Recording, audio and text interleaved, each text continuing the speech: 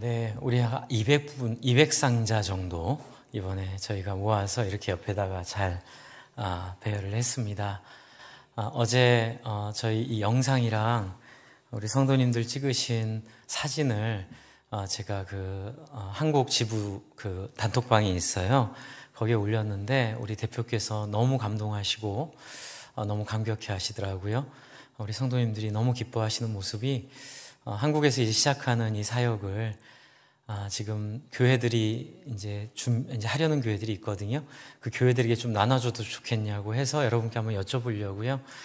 우리 부모님들에게 한번 여쭤봐서 우리 영상 좀 이렇게 다른 교회에도 같이 나눠줘도 되겠죠? 네, 혹시 안 된다는 분만 사무실에 얘기해 주시면 그 아이 사진이랑 가족 사진만 저희가 이렇게 빼고 편집해서 보내겠습니다. 또 그럴 수 있잖아요. 그렇죠? 그래서 저희가 그렇게 너무 감사하고요. 아까 전에 영상 보셨듯이 그 몽골에서 아마 받아서 이게 이제 랜덤으로 갑니다. 여러분 랜덤 박스라고 아시죠? 뭘 받을지 모르는. 그런데 너무 영상이 길어져서 제가 어제 우리 목자 목녀님 단톡방에 올렸어요. 우리 목자 목녀님들은 목원들께 다 나눠주십시오. 탄자니아의 어떤 아이의 간증인데 신발이 없어서 그렇게 고통받던 아이인데 딱 신발이 그 아이한테 간 거예요. 또 어떤 간증은 여자아이 그 긴 검은색 긴 양말을 남자애가 받았대요. 그런데 이 아프리카에 있던 아이인데 이 아이가 너무너무 감격한 거예요. 왜 감격했나 얘기를 들었더니 이 팔에 화상을 입었는데 이 화상을 어떻게 치료했는데 문제는 이게 햇볕에 노출이 안 되도록 한 1년간을 붕대를 감아야 되는데 붕대가 없는 거예요. 그래가지고 늘 고통받고 햇볕만 내리치면 그렇게 아파했는데 그 타이즈가 2년 동안 이 아이 여기 이 드레싱한 그 위에 그 붕대가 돼가지고 깨끗하게 완치된 간증도 있어요. 여러분 이 박스가 맞는 아이에게 하나님의 손길이 되어 갈 줄로 믿습니다.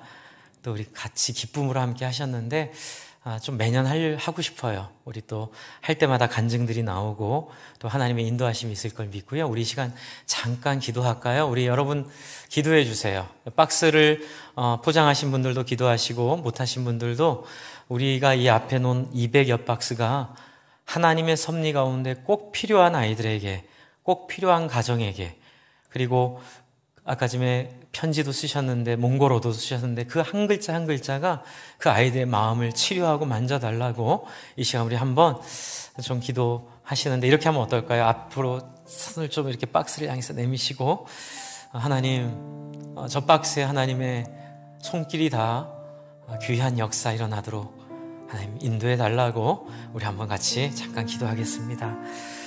하나님 아버지 이 박스가 하나님 우리가 정성껏 마련하였지만 누구에게 가는지는 우리는 모릅니다. 하지만 이 박스가 하나님 많은 하나님의 섭리 가운데 하나님 한 명 한 명에게 의미 있고 가치 있고 보람된 시간 박스 되도록 그 시간 되도록 하나님 축복해 주십시오. 또한 우리 아이들에게 나눔을 알게 하여 주시고 또 우리 아이들에게 사랑을 알게 하여 주시고 우리 아이들의 손에 주어진 것들을 펼쳤을 때에 하나님 이 박스가 놀라운 하나님의 축복의 통로가 되어 이 코로나로 신음하는 시대 가운데 하나님의 은혜 될 줄로 믿습니다. 하나님 축복하여 주시고 함께하여 주십시오. 하나님 감사합니다. 우리 어린 아이들과 어르신들과 모든 성도들이 한 마음으로 이 박스에 참여했습니다. 하나님 먼저는 이 박스가 정말 하나님의 섭리 가운데 사용될 줄로 믿습니다. 정말로 기도하던 아이들에게 또한 하나님의 찾아오심을 모르던 아이들에게 예수님의 찾아오심의 상징이 되게 하여 주시옵소서. 신발이 없는 아이들에게 신발이 가게 하시고 정말로 필요했던 필기구가 없는 아이들에게 필기구가 가게 하여 주시고 공을 갖고 싶었던 아이들에게 공이 가게 하여 주시고 또 함께 있어야 될 인형이 필요했던 아이들에게 인형이 갈 수 있도록 하나님 역사하실 줄을 믿습니다. 하나님 또한 우리 아이들이 내 것을 움켜쥔 손을 풀어 저 멀리 몽골에 있는 아이들에게 내 것을 나눠주게 되는 그 귀한 역사 주시니 감사합니다. 이렇게 함께 포장한 우리 아이들의 마음 속에 나누는 것이 얼마나 큰 보람이고 가치인지를 경험하게 하여 주시니 감사합니다. 이 경험 따라 우리 아이들과 우리 모든 삼위일교회 가정들이 함께 나누어주는 인생, 다른 사람을 복되게 하는 인생, 다른 사람을 잘되게 하는 인생 되게 하여 주시옵소서. 예수님 이름으로 기도합니다. 아멘. 우리 서로 우리 박수 한번 할까요? 네, 수고하셨습니다.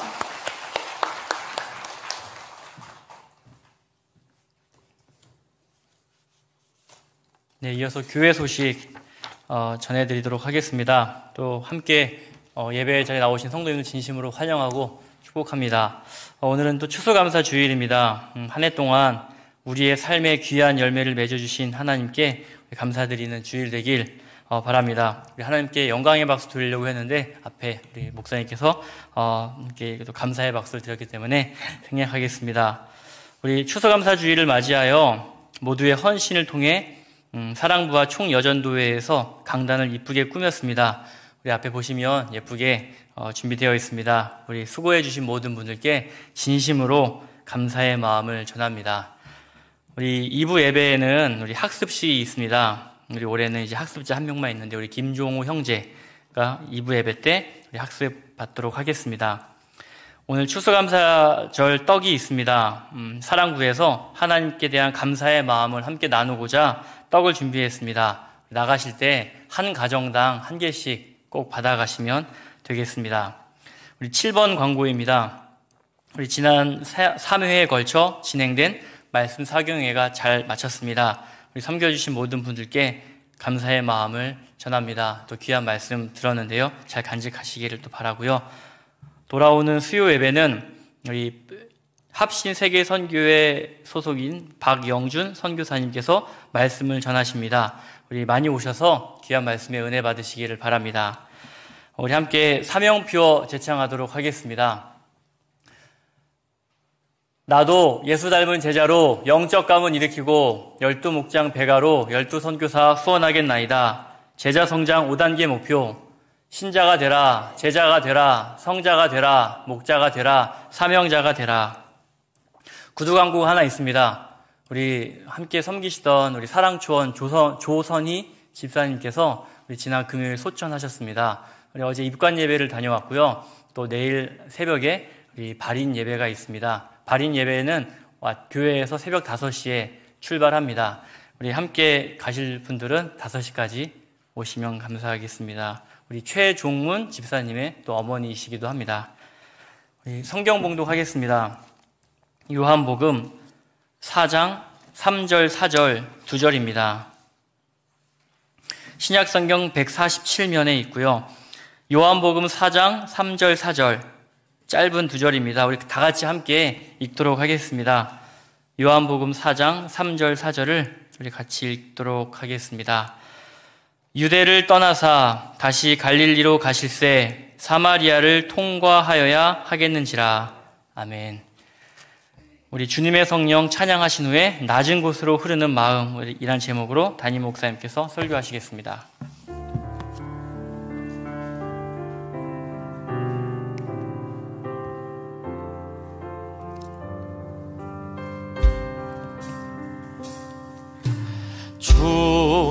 주님의 성령 지금 이곳에 임하소서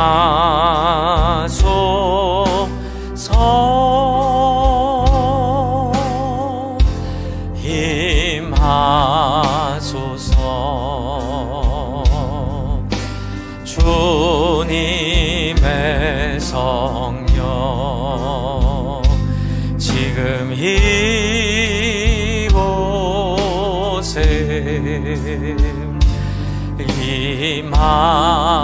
임하소서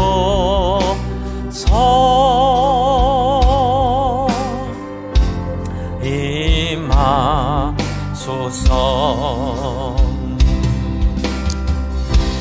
할렐루야 할렐루야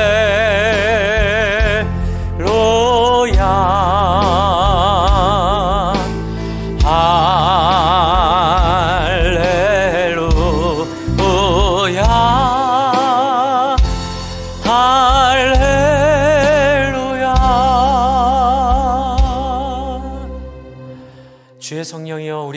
주셔서 예수의 말씀을 깨닫게 하시고 하나님의 마음을 느끼게 하셔서 우리로 철든 신앙인, 하나님과 동행하는 신앙인으로 세워 주시옵소서.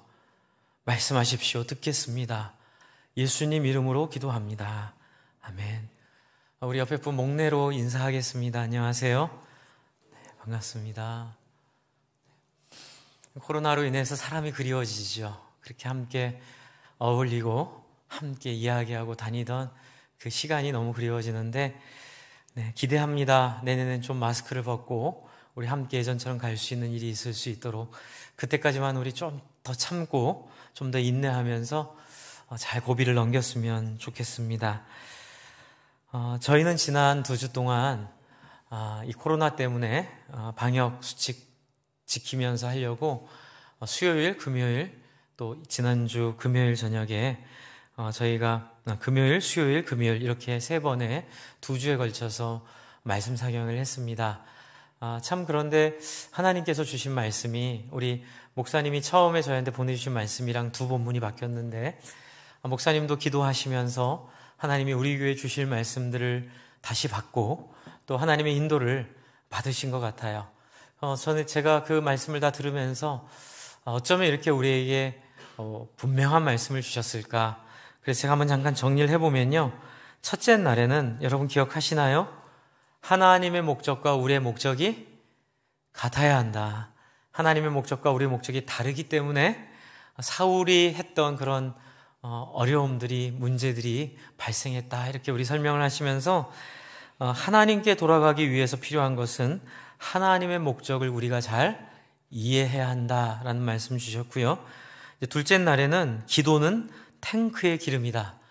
아무리 천하무적 탱크 부대가 있다 하더라도 기름 떨어지면 어찌 처분도 곤란한 사막 위의 고물 덩어리밖에 될 수 없고, 기름이 있어야만 탱크가 제 기능을 하는 것처럼 우리에게 기도는 우리가 전신갑주를 입고 하나님의 놀라운 백성으로 사는 데 있어 정말 중요하고 결정적인 1층과 같은, 건물의 1층과 같은 역할을 한다. 그러면서 기도할 때 어떻게 하라고 하셨죠? 막막할 것이다. 기도할 때 불의한 재판관에게 나가는 그 여인의 마음처럼 답답할 것이다. 그러나 하나님 앞에 그럼에도 불구하고 무릎 꿇고 기도하라 하셨습니다. 저는 참 이 말씀 들으면서 제가 예전에 했던 기도도 생각났고 해서 제 기도를 좀 회복했어요. 그 다음 날 새벽 기도 때 제가 좀 일어나고 싶을 때 안 일어나고 계속 버티면서 그 목사님 말씀 가지고 제가 씨름을 했거든요. 근데 첫째 날에는 힘들더라고요. 네, 보통 하던 기도보다 좀 더 많이 하는 게 힘들었는데, 놀랍게 둘째 날 새벽에 제가 어느 고비를 딱 넘기는 순간 제 마음속에 저에게 없던 그 기도의 자유를 누리는 마음이 또 부어지더라고요. 그래서 이 말씀이 정말 우리한테 주시는 말씀이구나. 안 된다고 해가지고 물러서지 말고, 답답하다고 해가지고 그냥 하듯이 30분, 40분 그냥 일어나지 말고, 그냥 하나님의 은혜 주실 때까지 시간이 허락하는 한 1시간이고 2시간이고 하나님 앞에 그 땅굴을 뚫는 그 기계처럼 포기하지 말고 끝까지 하나님의 은혜를 구하는 그런 끈기를 제가 이번에 경험을 해서 제가 목사님께 감사하다고 말씀드렸습니다. 셋째 날에는 기억하시나요? 이율배반적인 복음. 하나님은 다시는 돌아올 수 없을 거라고 말하시는데, 또 희한하게 뒤에 가서는 나에게 돌아오라고 얘기하세요. 집 나가라고 말하지만 그 부모님의 진심은 나가라는 게 아니라 정신 차리라는 것처럼 좀 철이 들기를 바라는, 그래서 하나님께서 책임지는 그 말씀을 통해 우리를 돌아오라 하셨다는 거죠. 그 책임이 뭘까요? 이제 오늘 제가 또 여러분과 나누려고 하는 이 십자가 사랑, 이 복음이에요. 그러니까는 하나님은 우리가 돌아올 수 없는 존재들인데 돌아오게 하기 위해 당신이 다 값을 치러내시고 다 책임지시고 우리에게 돌아오라 말씀하신 그 하나님의 사랑, 십자가 내가 처음 볼 때에 나의 마음속의 고통 사라져 오늘 믿고서 내 눈 밝았네 참 내 기쁨 영원하도다. 여러분, 그 찬양 그 목사님이 하자고 했을 때 제가 마음이 되게 기뻤어요. 왜냐하면 제가 예수님 처음 믿을 때, 소위 말하는 거듭났을 때 제 안에 영적으로 저를 자유케 해준 찬양이었거든요. 십자가, 십자가. 내가 봤을 때 나의 마음속에 고통이 철로 역정에 그 주인공의 짐이 떨어져 나간 것처럼 내 안에 있는 모든 연민과 내 안에 있는 모든 걱정과 내 안에 있는 세상적인 모든 계산 방법들이 탁 하고 떨어져 나가는 그 십자가의 능력, 십자가의 사랑. 여러분 은혜 받으셨죠? 혹시라도 여건 가운데 못 들으신 분이 있다면 꼭 유튜브 지금 올라와 있습니다. 들으시기 바랍니다. 꼭 들으셔서 왜 들어야 되는지 또 오늘 이 말씀을 통해 하나님 우리에게 말씀해 주고 계시는 것 같아요. 꼭 들으셔서 은혜가 넘치시기를 바랍니다. 그리고 지난주 주일날 설교 제가 무슨 말씀 드렸는지 기억하시죠? 네, 기억하시는 게 기적이라고 어느 목사님이 그러시는데 저도 가끔 제가 까먹을 때가 있어요. 지난주에 뭐 했는지. 그런데 이번 주 분명히 기억합니다. 여러분 지난주에 저희가 이 날실과 시실과 날실로 엮여진 것처럼 이 요한복음은 시실과 날실로 엮여져 있다. 그 시실과 날실이 물과 성령이고 그 물과 성령이 어떻게 기능하는지가 예수님의 사역을 정리하면서 우리에게 보여주는 이 요한의 이 메시지에 이 물과 성령이 어떤 식으로 우리에게 작용하는지가 나타나 있다. 물은 기억하시나요? 포도주로 바뀌는 것, 새로운 존재로 우리를 바꾸는 것, 전에 기대하지 않았던 새로운 일이 우리에게 일어나는 것. 성령은 위로부터 오신 분의 선물, 그렇죠? 하나님이 위로부터 오신 분에게 성령을 부으셔서 권능을 주시기 때문에 결국 결론은 예수 그리스도가 이 시실과 날실 속에 숨겨있는 보물이라고 말씀을 드렸어요. 그래서 저는 여러분에게 이 예수님을 많이 얘기해야 되겠다. 좀 우리의 보물이신 예수 그리스도를 알아야 믿을 수 있고 또 믿은 다음에 배울 수 있는 그 지식이 예수님이 누구인지 말씀하신 성경을 통해서만 가능하지 않겠습니까? 그래서 오늘 말씀도 이 첫 번째는 예수님이 누구신가를 좀 보려고 그래요. 그런데 예수님이 어디를 향해 가시는지를 좀 알았으면 좋겠어요. 그래야 우리가 그 길목을 지키잖아요. 제가 예전에 굉장히 존경하고 사랑하고 정말로 따랐던 교수님이 계셨어요. 이제 그분이 너무 바쁘셨어요. 왜냐하면 학생들이 너무 사랑했고 그분과 상담을 받으려고 항상 그분 만나려는 사람이 줄을 서 있는 상황이어서 좀처럼 만나기가 쉽지 않았어요. 그래서 제가 뭘 했을까요? 네, 그분 시간표를 제가 교목과에 가서 교수님 대학 시간표를 제가 받아서 그 교수님 동선에 기다렸다가 만났어요. 네, 교수님이 올 시간에 좀 미리 가서 기다려서 교수님 인사드리고 그러면 잠깐 들어오라고 하시면 들어가서 제가 궁금했던 이야기 또 제가 감동받았던 말씀 나누고 또 제 상담도 드리고 이제 그랬던 기억이 있거든요. 여러분, 저와 여러분이 예수님을 만나려면 예수님의 동선에 가서 기다려야 된다는 생각을 해요. 왜냐하면 예수님이 안 계시는 곳에 가서 기다리면 엉뚱한 사람 만날 수 있어요. 예수가 아닌 사람을 예수인지 착각할 수 있어요. 그래서 오늘은 첫 번째, 예수님의 동선이 어디로 가는지를 보고요. 두 번째, 예수님의 동선을 알았으면 예수님을 만나가지고 예수님을 따라서 그 동선을 함께하는 삶. 그래서 두 가지입니다. 예수님이 어디로 다니시는지 먼저 파악하고 그리고 그 예수님 다니시는 길을 파악했으면 예수님 만나서 그 길을 함께 가는 길. 그래서 이 두 가지 길을 우리 좀 파악을 좀 해볼게요. 첫 번째로 예수님 어디로 다니시는지 여기 나와요. 4장 3절을 보세요. 4장 3절. 예수님의 동선이 나옵니다. 같이 한번 읽어볼까요? 시작. 유대를 떠나사 다시 갈릴리로 가실새. 예수님의 동선은 유대를 떠나 갈릴리로 가시는 거예요. 유대는 지금 우리로 치면 한 진주 정도 되고요.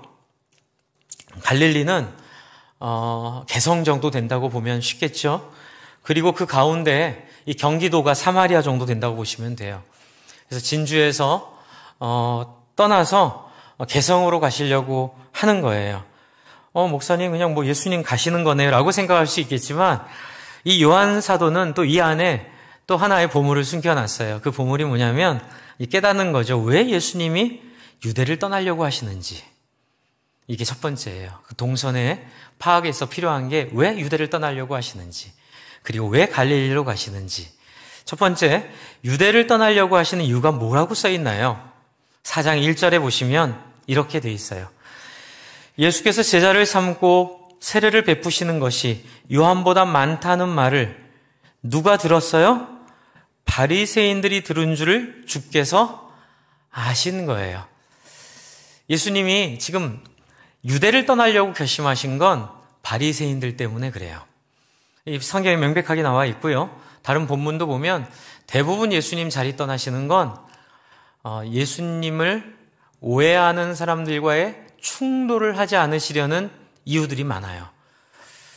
조금 있다가도 여러분께 다시 말씀드리겠지만 제가 이제 지난주에도 오병이어 기적을 보고 표적을 보고 쫓아온 사람들을 피해 도망가셨다고 표현은 했지만 그 예수님이 도망가신 이유가, 그들을 피하신 이유가 그들을 멀리하려고 피하신 게 아니라 그들과의 충돌을 하지 않으려고 피하신 것 같아요. 그러니까 그들과 붙으면 싸움이 일어나니까 예수님은 죽는 그 순간까지 기회를 주시고 싶으셨고, 그래서 죽는 그 순간까지 서로 간에 험한 말들이 오가지 않도록 예수님은 자꾸 피하세요. 저는 먼저 이 부분을 통해서 예수님의 좀 교훈을 좀 보게 되죠. 여러분, 우리가 내가 옳다, 그리고 심지어는 종교적인 확신마저도 마찬가지예요. 종교적으로 내가 생각하기에 이것이 확신이다라고 생각했을 때 우린 자꾸 투사를 생각해요. 자꾸 사람들이랑 부딪히고 그것을 꺾어내려고 생각하는데, 제가 한번 여쭤볼게요. 말싸움으로 이기는 사람이 진짜 마음을 얻는 경우가 있나요? 말싸움에서 이기는 것은 원함만 살 뿐이고요. 말싸움에서 이기는 것은 그냥 서로의 마음만 닫을 뿐이에요. 지금 예수님은 바리새인들을 피해 가시는데 이것이 피해 가시는 것이 아니라 예수님이 바리새인들을 사랑하신 거라는 생각이 들어요. 그래서 바리새인들을 다음 기회를 도모하시고 다음 기회에 다시 기회가 주어졌을 때 이들이 예수님께 마음을 닫지 않도록, 왜냐하면 이들이 예수님에게 나왔을 때 이들이 예수님과 부딪히면 바리새인들은 판판이 깨지게 돼 있거든요. 말로 또는 논리로 또한 능력으로 또한 삶의 영향력으로 게임이 되지 않는 사람이 바로 예수님이에요. 그런데 이 바리새인들은 끊임없이 예수님을 향하여 이렇게 불편한 마음들, 이렇게 불편한 생각들을 가지고 예수님께 다가와요. 이것이 첫 번째 예수님의 동선을 파악하는 데 매우 중요한 시작점이에요. 시작점이 뭐라고요? 바리새인이라고요. 그런데 예수님이 왜 바리새인들을 피했을까요?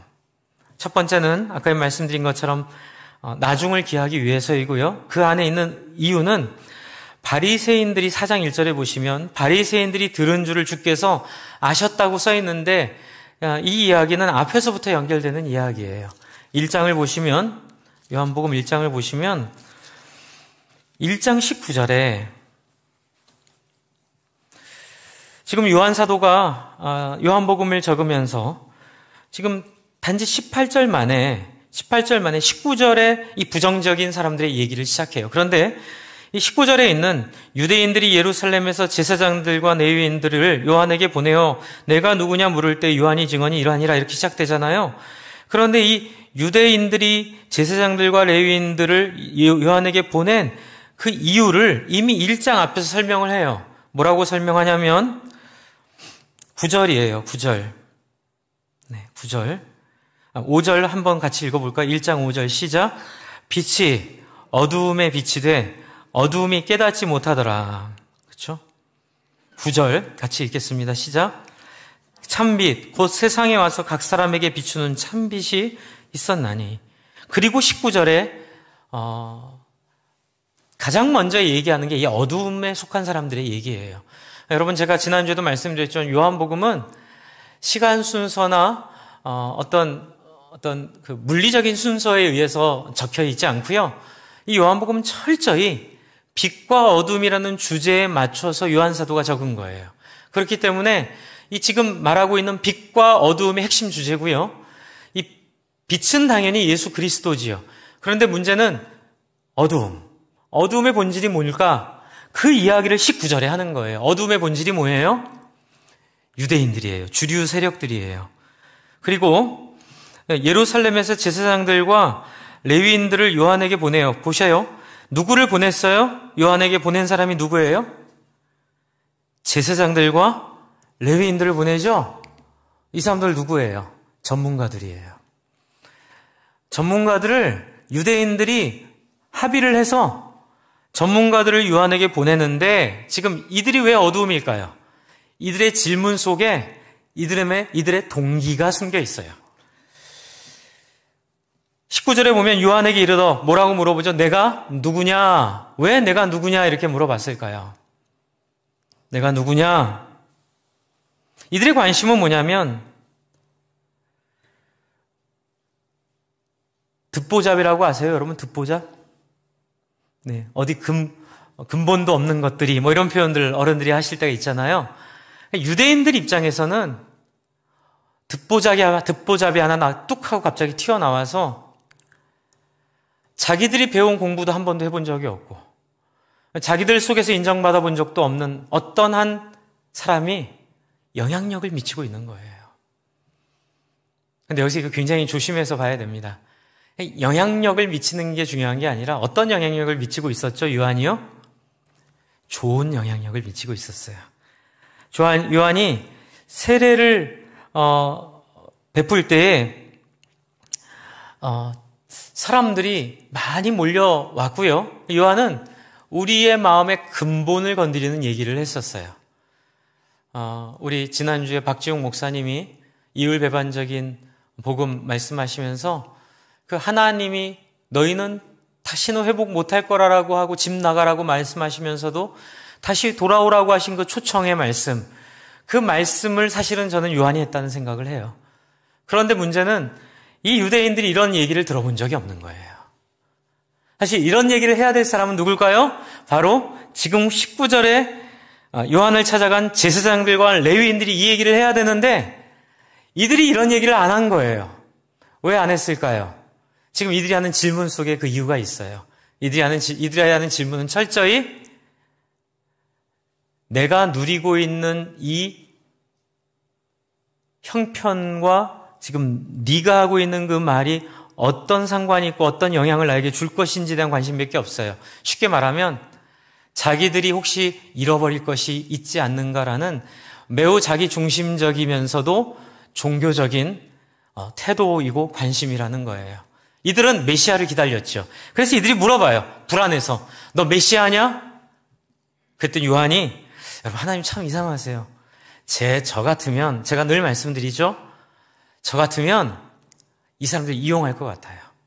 그래 나는 메시아는 아니지만 내 뒤에 오시는 이가 바로 그 메시아야. 다니엘서 7장에 나오는 The Son of Man, 그 인자의 아들. 이 뜻은 이스라엘 사람들은 다 아는 얘기예요. 그 인자의 아들이 표현하는 것은 다니엘서에 예언된 뜨인 돌과 같은 하나님이 오랫동안 주시겠다 하신 그이, 그렇죠? 하나님이 예언하신 메시아라는 그 명백한 의미가 그 안에 담겨 있거든요. 그런데 요한의 답을 보세요. 20절, 나는 그리스도가 아니라 한데 나는 그리스도가 아니라고만 하죠. 이들의 환심을 얻을 얘기를 안 해요. 그러자 이들이 몸이 달죠. 21절, 내가 엘리야냐? 아니다, 선지자다. 이게 답답해요, 질문이. 그냥 세례 요한이 나는 그리스도가 아닌데 예수님이 그리스도야. 그러니까 너희들 예수님 잘 맞아들이고 예수님에게 나아가서 너희들 그분을 섬겨야 돼. 이렇게 한마디로 결정해주면 좋은데 그냥 물에 술 탄 듯 술에 물 탄 듯 그냥 구렁이 담 넘어가듯이 이 대답이 굉장히 수동적이고 답답해요. 그러자 이제 또 물어봐요. 너는 내게 대하여 무엇이라 답하느냐? 22절. 23절에 그러자 성경을 말하죠. 나는 성경에 말하는 바로 주의 길을 곱게 하라고 광야에서 외치는 자의 소리이다. 이렇게 얘기를 해요. 그러자 24절 한번 같이 읽을게요. 시작. 그들은 바리새인들을 보낸 자라. 이렇게 한 번 더 콤마를 찍어요. 그들은 바리새인이 보낸 자라. 저는 요한이 왜 이 얘기를 24절에 넣었을까? 바리새인이 보낸 자라는 얘기를 왜 굳이 중간에 넣었을까? 한편으로는 이들이 이 말씀을 이해하지 못하는 것을 듣는 독자들로 하여금 무릎을 탁 치면서 그렇구나. 바리새인들이 보냈으니 못 알아들었지. 이렇게 생각하게 하려는 의도도 있고, 또 한편으로는 조롱이란 표현을, 여러분 나쁜 표현이기 때문에 제가 조심스럽지만 거룩한 조롱을 하는 거예요. 바리새인들이 보낸 사람인데도 얼마나 성경을 모르면, 얼마나 하나님 말씀에 무지하면 조롱하는 거죠. 헛 지도자, 헛 공부한 거예요. 바리새인들은 성경이라면 둘도 가면 서러워할 율법 전문가들인데, 그리고 제사장들과 레위인들도 거기에 버금가는 성경 전문가라고 그거 앞세워서 온갖 부와 영광과 온갖 권위와 권세를 누리며 떵떵거리며 살고 있었는데, 지금 23절에 이사야 선지자의 이야기를 했는데 복잡하게 이들이 이 말씀을 이해하지 못해서 이렇게 물어봤다 이렇게 얘기 안 해요. 딱 한마디로 뭐라 그러죠? 그들은 바리새인들이 보낸 자라. 아이고, 그 말씀도 이해를 못하는 거예요. 하나님의 말씀이 뭔지 관심도 없고, 하나님의 말씀이 뭔지 생각도 안 해봤고, 지금 요한사도 세례 요한이 말하고 있는 그 결정적인 증거를 깨닫지 못하는 거예요. 25절 또 물어 이르되 내가 만일 그리스도도 아니요 엘리야도 아니요 그 선지자도 아닐진데 어찌하여 세례를 베푸느냐. 여러분, 25절의 이 질문은요, 참 바보처럼 저는 살아왔군요. 저는 바보입니다. 하하하. 저는 아무것도 모르는 바보 천치입니다. 라고 말하는 거랑 똑같은 얘기예요. 왜요? 아까 말씀드린 것처럼 23절에 있는 이 이사야서를 조금만 읽어보면 광야에 외치는 자의 소리는 메시아 바로 전에 오는 하나님의 위로의 말씀 속에 있다는 것을 모를 수가 없어요. 그런데 25절에 지금 동문서답하죠. 뭐라고 물어봐요? 또 물어 이르되 내가 만일 그리스도도 아니요 엘리야도 아니요 그 선지자도 아닐진데 라고 했을 때 그 선지자 어찌하여 세례를 베푸느냐라고 물어보는 이 어리석은 질문. 성경 하나도 모르고, 그렇죠? 법 하나도 모르고 판사하고 있고 이런 거잖아요.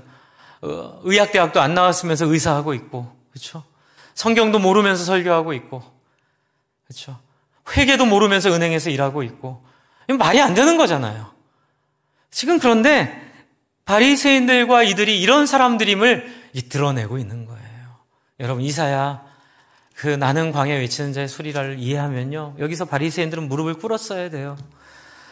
바로 오시겠다 하신 이가 당신 뒤에 오시는 그분이시군요 라고 무릎을 꿇었어야 되는데 바리새인들은 전혀 모르고 단지 관심은 뭐예요? 어찌하여 세례를 베푸느냐. 이거 뭘까요?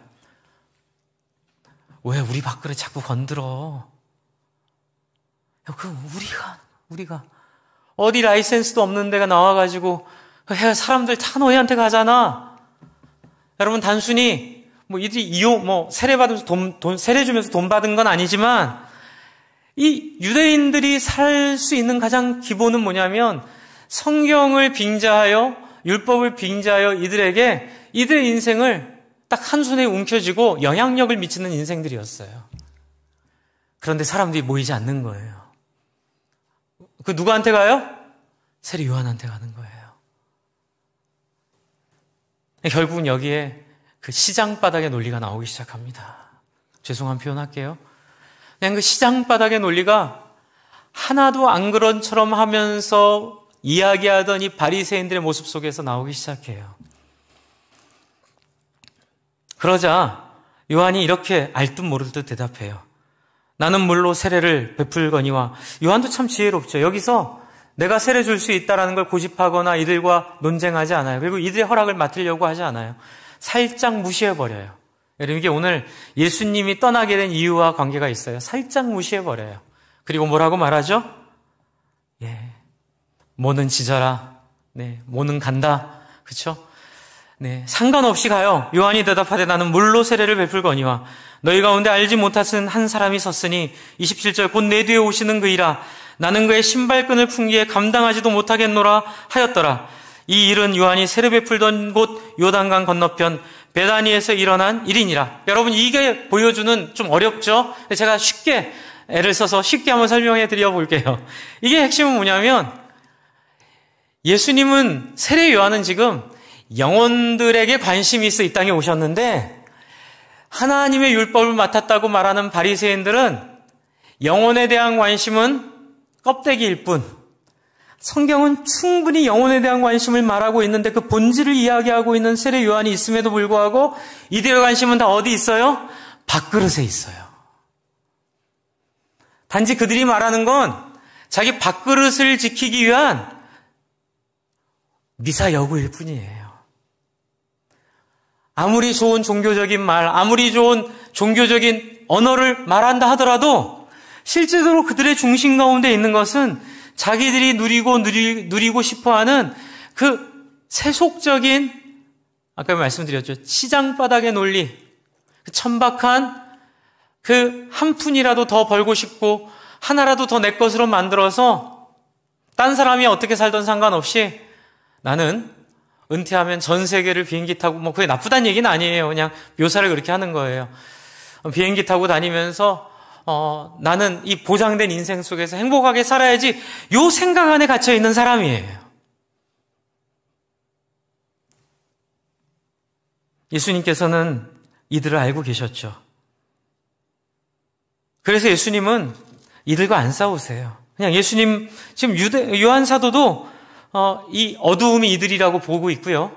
이 어두움에 어떻게 빛을 비추시나요? 너 일로 와봐. 왜 그렇게 생각했니? 네 생각이 잘못됐어. 이렇게 안 하세요. 긍정으로 부정을 이기시는 거예요. 햇볕 정책. 정말 하나님의 방법은 햇볕 정책이에요. 이 어두운, 왜냐하면 이 바리새인들은 유대인들을 지배하고 있었고 하나님이 회복하게 하시겠다는 그 이스라엘 언약 백성의 핵심이거든요. 그러니까 이들을 바꿔놔야 되는데 하나님은 조급해하지 않으시고 놀라운 방법을 쓰시죠. 빛이 왔으면 어둠이 이기지 못하더니. 할렐루야. 여러분 어렸을 때 기억하세요? 저는 횃불을 만들어 본 기억은 없는데 제가 수련회 갔을 때 이제 저는 전기 없는 데로 수련회를 가끔 갔어요. 중고등부 때. 그래서 태백에 한번 갔는데 밤에 횃불을 가지고 이렇게 우리 뭐 철로역정처럼 밤에 하는 걸 갈 때 등이 없었으니까 횃불을 만들기로 했는데 이 등을 비추는 거랑요, 횃불을 비추는 거랑 이 비주얼이 좀 다르더라고요. 이 등은 그냥 딸깍히만 밝아지는데 횃불은요, 후 소리가 나요. 아세요? 뭔지 아세요? 이게 동굴에 횃불을 갖고 들어가면요, 이게 에너지가 느껴져요. 후 하면서 그 어두움에 환한 빛이 이글이글 불타오르는 그 불길이 그 어두움을 확 바꿔놓는, 굉장히 저는 인상적이었어요. 횃불 들고 다니면서. 예. 이 횃불이 주는 그 이미지와 에너지가 강하거든요. 그러니까 지금 이 요한 사도는 그렇게 생각을 해요. 어두움이랑 싸울 필요 없다는 거예요. 어두움 때문에 힘들어할 필요 없다는 거예요. 어두움 때문에 고통당할 필요 없다는 거예요. 뭐예요? 빛이 오면 어두움은 떠나가게 돼 있어요. 그래서 지금 이 바리새인들과 싸우는 얘기를 하는 게 아니라 그 대신 29절부터 보면 1장 29절부터 보면 예수님이 어떤 분인지를 말하는 데 집중을 해요. 그래서 이분은 누구시고, 그리고 이분은 제자를 어떻게 부르셨고, 그리고 이분은 어떤 능력을 가지고 계시고, 그리고 이분은 가나 혼인잔치에서 물을 변하여 포도주로 만드셨고, 그리고 이분은 뭘 하셨죠? 눈물이 있는 곳에 눈물을 닦아주셨고, 가나 혼인잔치가 눈물이 있는 곳에 기쁨으로 바꿔주셨다는 의미가 있거든요. 슬픔을 기쁨으로, 실망을 기쁨으로 바꿔주셨고, 그 다음에 어떤 일들을 하시죠? 병들고, 그 다음에 성전 정화를 먼저 하시죠. 사람들의 중심을 새롭게 하셔서 상징하시고, 그 다음에 뭐 하시죠? 표적들을 보여주세요, 사람들을. 여러분, 마태복음, 마가복음, 누가복음에 보면 예수님의 동선이 있어요. 동선이 항상 동일해요. 어디서 어디로? 아프고 힘들고 고통받고 있다 말하는 사람들이 아니라, 자신감 가운데 있는 사람들이 아니라 궁핍한 사람들, 부족한 사람들, 병든 사람들, 잃어버린 사람들, 고아와 과부, 율법에도 그 이야기 있죠. 하나님의 관심은 항상 낮은 곳으로 흘러가요. 하나님의 관심은 항상 자기가 됐다 생각하거나 그리고 자기가 충분하다고 생각하는 사람이 가지 않아요. 하나님의 관심은 항상 부족해하고 아파하고 힘들어하고 연약해 있는 사람들에게 하나님의 눈빛과 하나님의 관심은 항상 그곳을 향하여 있어요. 여러분, 예수님의 사역을 쭉 읽어보면 예수님의 마음의 흐름이 보여요. 예수의 마음의 흐름은 어디로 갈까요? 낮은 데로 가세요. 다리를 못 쓰는 사람들, 앞이 안 보이는 사람들, 과부, 또 고아들, 뭔가 궁핍함이 있는 사람들에게 예수님의 관심이 흐르는 것들을 보게 돼요. 그래서 이 맥락에서 제가 지난주까지 여러분께 말씀드렸던 오병이어를 보고 만배 주식 수익률을 보고 미쳐가지고 쫓아오는 사람들을 뛰고 도망가시는 이유예요. 표적을 보고 오는 사람들, 여러분 2장 24절을 한번 보세요. 성경 보시면 요한복음 2장 24절, 23절에 그의 행하시는 표적을 보고 이 사람들이 그를 믿었으나 때로는 따라왔으나 24절 한번 같이 읽어볼까요? 25절까지 시작. 예수는 그의 몸을 그들에게 의탁하지 아니하셨으니 이는 친히 모든 사람을 아시며 또 사람에 대하여 누구의 증언도 받으실 필요가 없었으니 이는 그가 친히 사람의 속에 있는 것을 아셨음이라. 여러분, 첫 번째, 왜 예수님이 떠나셨을까요? 네, 관심이 없으셔서 떠나셨어요. 다시 4장으로 돌아가면 4장 1절에 바리새인들이 요한보다 예수님의 세례가 많다는 얘기를 들은 것을 아시고, 이렇게 말씀을 일부러 여러분 좀 이렇게 자극을 드리려고 드리는 거니까 오해하지 마세요. 그게 다는 아니니까요. 예수님이 포기할 리는 없으시죠? 그런데 이렇게 그냥 선언할게요. 그냥 바리새인들 포기하셨어요. 그들과 싸우려고 안 하세요. 또 이거는 포기가 아니라 다음 기회를 이렇게 얻기 위한 것이라고 또 제가 설명을 드렸잖아요. 그러나 이 시점만큼은 바리새인들이 들은 줄 아니라, 그러자 뭐예요? 2절, 유다를 떠나사, 이렇게 되는 거예요.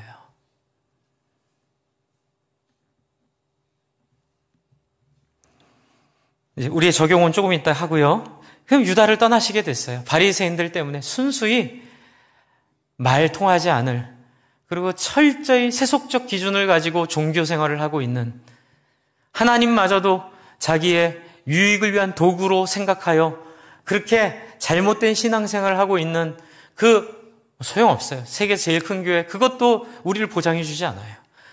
가장 사람을 많이 변화시킨 부흥사, 그것도 우리를 보장하지 않아요. 능력 있는 사역자, 그것도 보장되지 않아요. 보장은 뭐예요? 이런 마음이 있느냐 없느냐예요. 이런 마음 가운데 내 마음이 묶여 있냐 아니냐는 거예요. 여러분, 이런 마음에 우리가 묶여 있으면 저 많이 봤어요. 하나님이 그런 마음에는 문을 닫으시더라고요. 제가 몇 번 말씀드렸죠? 싫어서 문 닫으시는 게 아니라 그런데도 문 열어놓으면 그 사람 죽어요. 하나님이 용납하지 않으세요. 하나님의 거룩함이 그 사람을 놔둘 수가 없어요. 그러니 어떻게 해요? 기회를 주는 거예요. 그래서 로마서에 보면 하나님이 그들의 악함 가운데 방치하사, 이 표현이 그들을 막 저주하고 그들을 버린 게 아니라 그들을 그대로 살게 내어버려 두사, 이렇게 되어 있죠. 내어버려 두신 것은 안 죽이려고 하시는 거예요. 기회를 좀 더 주려고 하시는 거예요. 혹시라도 어쩌다가 이런 예수에 대한 얘기를 듣고 자기를 돌아보고 그런 자리에서 회개하고 돌아올 기회를 주시기 위해 그렇게 하셨다고 저는 믿습니다. 그게 예수님이세요. 그리고 다음 두 번째예요. 어디로 가세요? 갈릴리로 가세요. 근데 저는 갈릴리가 목적이었을까? 그런 생각도 가능하겠지만 좀 더 연구하면 갈릴리의 어떤 사역 뒤에를 제가 다 연구를 충분히 못 해봐서 말씀 못 드리는데, 갈릴리에도 이유가 있겠지만 지금 오늘 제가 말씀드리려고 하는 건 바로 4절 때문에 그래요. 자, 다시 갈릴리로 가실새 뭐라고 써있죠? 사마리아를 통과하여야 하겠는지다. 말이 어려워요. 한국말 되게 어렵게 써놨죠. 통과하여야 하겠는지라. 이게 뭘 의미하는 걸까요? 그래서 열심히 원어도 보고 이 원어 학자들의 해석도 보고 학자들의 의견도 들어보니까 여기에 많은 의견이 뭐가 있냐면 예수님이 굳이 사마리아로 가겠다고 하신 거예요. 목사님, 당연히 진주에서 개성 가려면 경기도 지나가는 게 당연하죠.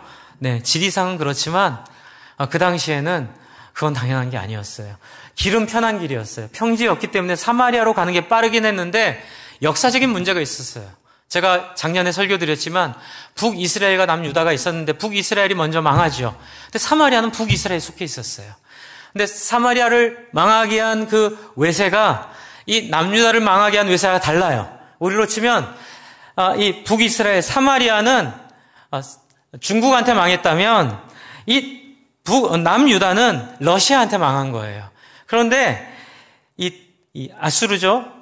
이 북이스라엘을 망하게 했던 아수르의 대외 정책이 뭐가 있었냐면요, 혼혈 정책이었어요. 남유다를 망하게 했던 바벨론의 정책은 민족 존중 정책이라고 표현해야 될까요? 그들을 그냥 다 퍼가지고 이방의 땅으로 옮기는 정책이었고, 아수르의 정책은, 북이스라엘 망하게 했던 정책은 왜 이방인들을 데려다가 그 땅을 혼혈로 만드는 정책이었어요. 그래서 역사적인 그 아픔 속에 이 사마리아가 속한 북이스라엘 땅은 혼혈족이었어요. 혼혈이 많았습니다.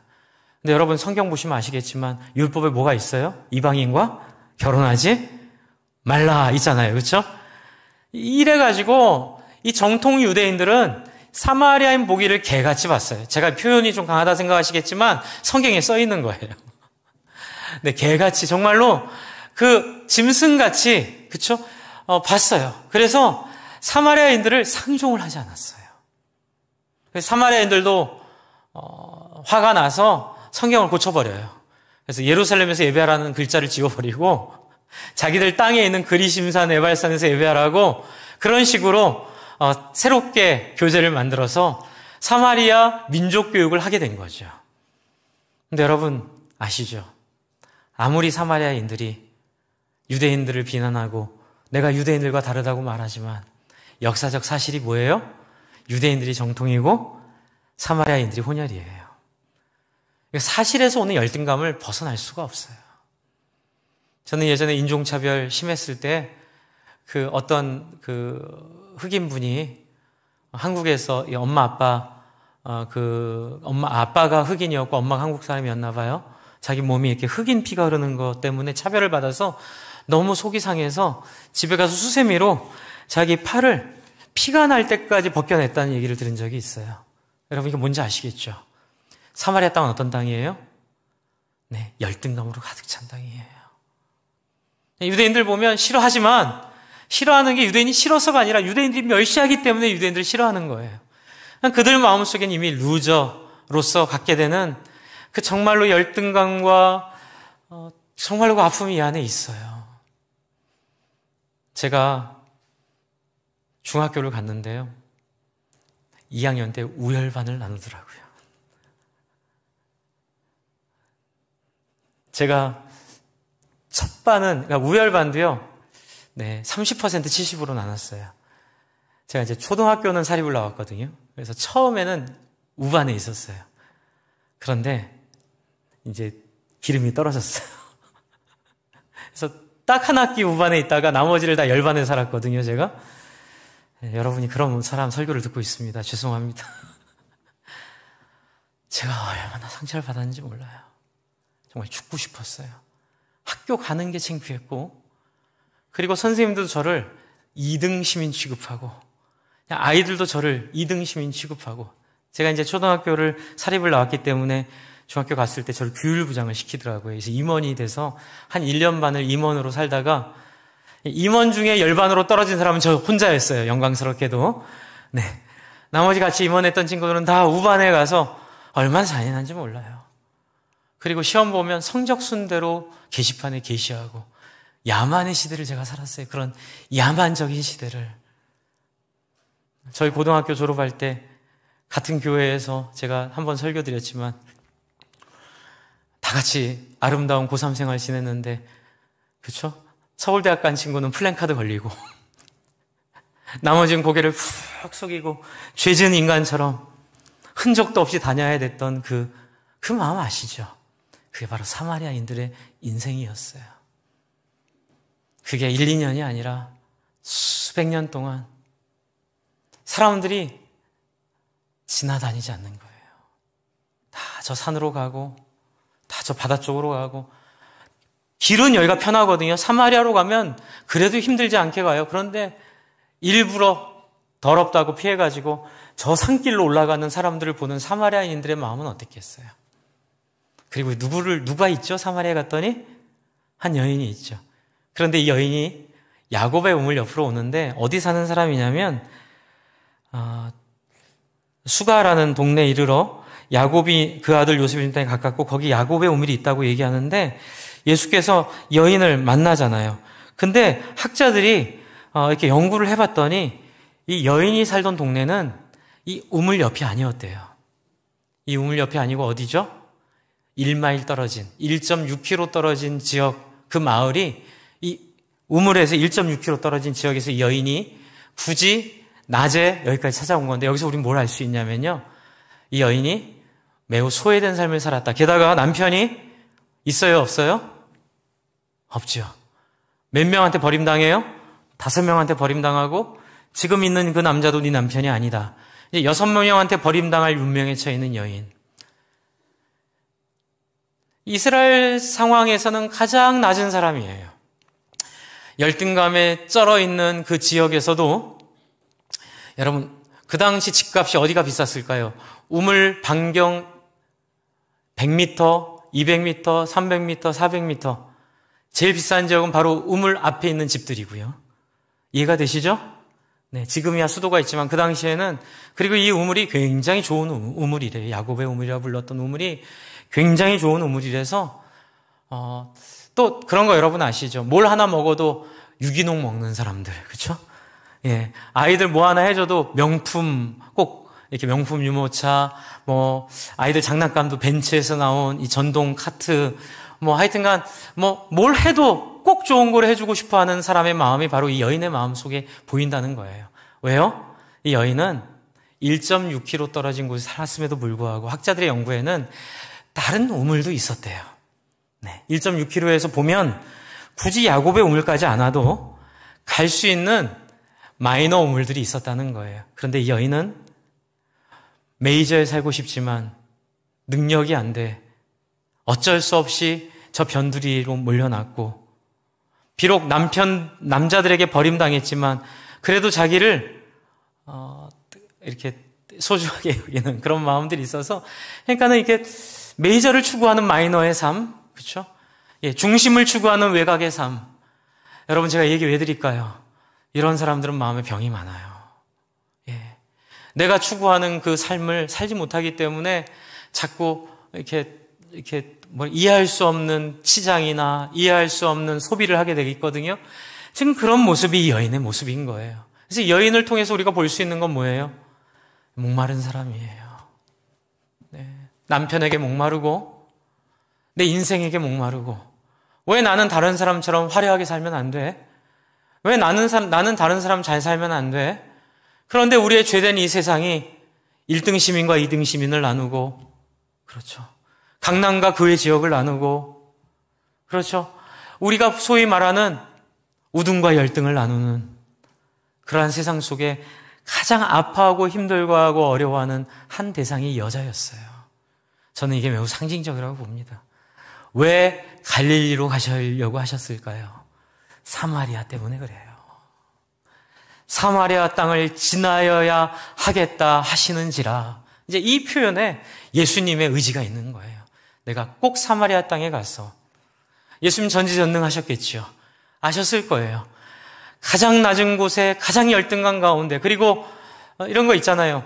이렇게 막 사치하고 뭐 그런 거 있잖아요. 내가 이렇게 형편은 안 되는데 사람들이 보이고 싶어가지고 막 무리해가지고 막 좋은 차 사고 막 해가지고 막 파산당하고, 그런 사람들은 막 버리려고 하잖아요. 뭐 저런 인간이 다 있어 하는데, 예수님은 그 사람이 원래 나쁜 사람이 아니라 그 사람이 채우지 못하는 목마름이 있음을 아시고 이 여인을 찾아오신 거예요.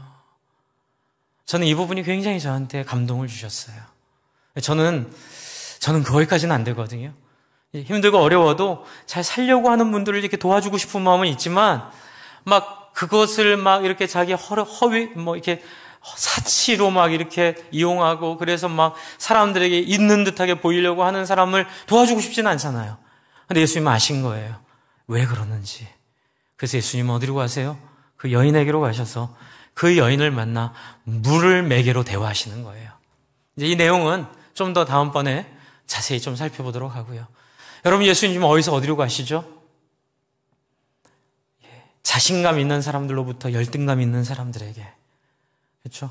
모든 것이 갖추어진 사람으로부터 모든 것을 가지지 못해 목말라 하고 있는 사람에게, 그래서 잘못된 방향을 따라 죄를 짓고 잘못된 방향을 따라 실수하고 잘못된 방향을 따라 아픔을 겪는 여인에게 예수님 지금 찾아오세요. 여러분, 저와 여러분이 왜 낮추며 살아야 될까요? 이제 시간이 다 돼서 다음번에 기회 되면 말씀드리겠지만, 마태복음 23장 11절 12절을 한번 앞에 준비해 주셔요. 한번 보겠습니다. 마태복음 23장 11절 12절 같이 한번 읽어볼까요? 시작. 너희 중에 큰 자는 너희를 섬기는 자가 되어야 하리라. 누구든지 자기를 높이는 자는 낮아지고 누구든지 자기를 낮추는 자는 높아지리라. 예수님이 이게 듣기 좋아서 하신 얘기 아니에요. 이유가 분명해요. 낮아져야만 예수 만날 수 있어요. 높은 자리에서는 예수님이 안 만나주시는 게 아니라 물이 높은 데서 낮은 데로 흐르는 것처럼 안 되는 거예요. 여러분, 내가 재산이 많고 일이 잘 됐을 때 긴장하셔야 돼요. 내가 앞으로 먹고 살 문제에 걱정이 없을 때 여러분 긴장하셔야 돼요. 왜냐하면 그것 때문에 나를 찾아오신 예수님을 놓칠 수 있기 때문에 그래요. 그래서 여러분, 우리가 낮아지는 것은 단순한 취미나 단순한 종교적인 감동이 아니에요. 낮아지는 건 살려고 낮아지는 거예요. 구원받으려고 낮아지는 거예요. 예수님 만나려고 낮아지는 거예요. 그래서 있어도 없는 사람처럼 살려고 하는 이유가, 야고보서에 있는 말씀처럼 부자들이 그 부를 자랑하지 말아야 될 이유가, 그리고 내일 일을 마치 내가 어떻게 할 수 있는 것처럼 착각하게 하지 말아야 될 이유가 바로 예수님을 만나야 되기 때문에 그래요. 주 안에 사랑하는 성도 여러분, 너무나 풍족하고 모든 것이 자유로운 이 시대 가운데 우리는 먹고 사는 것들이 있음에도 불구하고 자꾸 불안하니까 자꾸 지금 우리가 경험한 지난 30년이 앞으로의 30년과 같을 거라 착각하고 그 30년 동안 한 경험을 그대로 하기 위해 자꾸 우리의 아까운 에너지와 아까운 시간과 아까운 재물을 자꾸 거기에 쏟아붓는 거죠. 부탁드립니다. 여러분, 어떻게 해야 돼요? 있는 것 만족하시고 어디에 관심을 가지죠? 낮아짐에 관심을 가지시기 바랍니다. 어떻게 낮아져야 돼요? 많이 나누는 거예요. 이제 두 번째 길이에요. 예수님을 낮아지는 자리에서 만났잖아요? 그럼 우리는 어떻게 예수님을 믿어야 되죠? 지난주에 말씀드렸죠. 예수 믿는 건 예수의 정신과 예수님의 생각을 추구하고 예수님을 동의하고 예수님을 지지하고 예수님을 따라가는 게 믿는 거라 그랬죠. 바로 이게 예수 믿는 거예요. 제가 사마리탄 펄스 대표랑 대화하다가 제가 여쭤봤어요. 왜 이런 이름을 졌습니까? 이 단체는 전 세계에서 가장 큰 기독교 구호단체예요. 작년에 기부금이 1조가 들어왔대요. 저랑 그래서 통역이랑 앉아가지고 이게 1,000억을 내가 1조로 잘못 계산했는가를 2번을 확인했어요. 영어로 이제 얘기해 주셨는데 그거를 막 공 붙여가지고 하니까 1조더라고요. 1조가 들어온 거예요. 근데 이게 누가 냈냐면 예수 믿은 은퇴자들이 죽으면서 자기 재산의 90%를 여기다 기부를 하는 거예요. 그게 모인 게 작년에 1조가 들어온 거예요. 전 세계에서 가장 사역을 활발하게 하는 빌리그레함 재단에 속한 그 구호단체예요. 그래서 지금 IS 전쟁터에 병원을 세우고 그리고 전 세계 각곳에 이 사마리아인의 지갑이라고 지은 이유는 뭐냐면 사마리아의 사랑은 그의 행동에 있고 그가 지불한 여관비에 있다 이렇게 얘기를 하시더라고요. 강도 만난 이웃에게, 그렇죠, 강도 만난 사람에게 여관비를 내어줬을 뿐만 아니라 떠나면서 뭐라 그러죠? 내가 다시 올 텐데 그때 당신이 더 이 사람을 위해 비용을 썼으면 내가 지불할 테니 아끼지 말고 이 사람 살려주십시오라고 부탁하고 길을 떠난 그 사마리아 사람. 여러분, 저는 바로 이 낮은 데로 향하는 우리의 발걸음이 예수의 제자 되는 길인 줄을 믿습니다. 그래서 저와 여러분이 제가 이번에 이걸 하면서 너무 행복했던 건 호주에서도 그랬죠. 근데 호주보다 더 많은 기쁨이 있었어요. 사람도 더 많았고 또 이렇게 영상을 찍었잖아요. 저 때문에 영상이 없었는데, 그리고 또 간증도 들었어요. 우리 권사님이 손녀한테 이 설명을 해주시고 한 2주 동안 네가 갖고 있는 정말 좋은 거 좀 내줄래? 이렇게 부탁을 했는데 처음에는 이랬나 봐요. 근데 2주 뒤에 자꾸 설명하니까 인형이랑 옷핀을, 머리핀을, 목걸이랑 귀걸이인가요? 그걸 내줬다고 하셔서 그걸 여기에 넣었대요. 박수 한번 칠까요? 너무 기뻤어요. 너무 행복했어요. 많이 성경을 외우는 것도 중요하지만 정말 핵심은 여기 있어요. 내 손을 펴서 다른 사람을 축복하고 다른 사람을 잘되게 하는 인생. 누구처럼? 한번 따라해주세요. 예수님처럼.